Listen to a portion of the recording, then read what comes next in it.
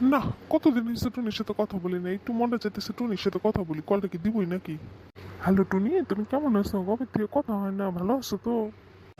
হ্যাঁ, আমি তো ভালো আছি। আপনি কেমন আছেন? টুনি, তোমার একটা গান শুনে তো মন চাইতেছে। তুমি এসেছিলে পরশু, কাল কেন আসোনি? কাল কেন আসোনি? কাল ভালোবাসোনি। পোলার আমার নাই, জন্ম দিলাম। এতটুক একটা ছেলে হয়েছিল, এত কষ্ট করে হাগু মতো ধুয়ে বড় করলাম। সেই ছেলে পরের মেয়ের জন্য গান গায়। এসেছিল না বলে হাই চাঁদের পালকি, তুমি হেঁটে হেঁটে সন্ধ্যায় আসনি কাল কি? তুমি কি আমায় বন্ধু কাল মনে রাখোনি? কাল কেন আসনি? কাল ভালোবাসোনি। আমার আবার শরম করে।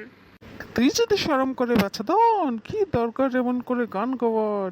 কিচ্ছু বুঝতেছি না, মনে হচ্ছে আবার কোথায় ঠিক। গাপ্পু, রাত বাজে 11টা, এখন কিসের গান গাওয়া? যা শুতে যা।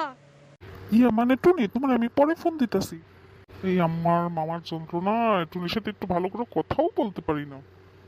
টয়লেটে চাইতেছি আম্মা, এরপর শুয়ে যাবো। এমন জায়গায় আসছি, এবার আর কেউ চালাইতে পারবো না, কেউ আর বুঝতেই পারবো না। আবার একটু টুনির সাথে কথা বলি। হ্যালো টুনি। আপনি দেখে আবার ফোন দিচ্ছেন? আপনি কথা বলেন না, বারবার একটু পর পর ফোন করে দেন, তাহলে কেন বারবার ফোন দেন?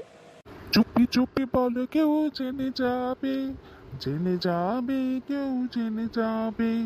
ভয় করি না যেন কোনো কিছু, যদি তুমি আমি রই একসাথে। তাই নাকি? তাহলে চুপি চুপি কি বলবো? এইখানে আবার কলিং বেল বাজায় কে?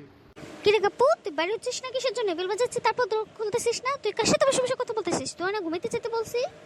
হাসছে কাম, এইসব জায়গায় ওকে কেউ ডিস্টার্ব করে?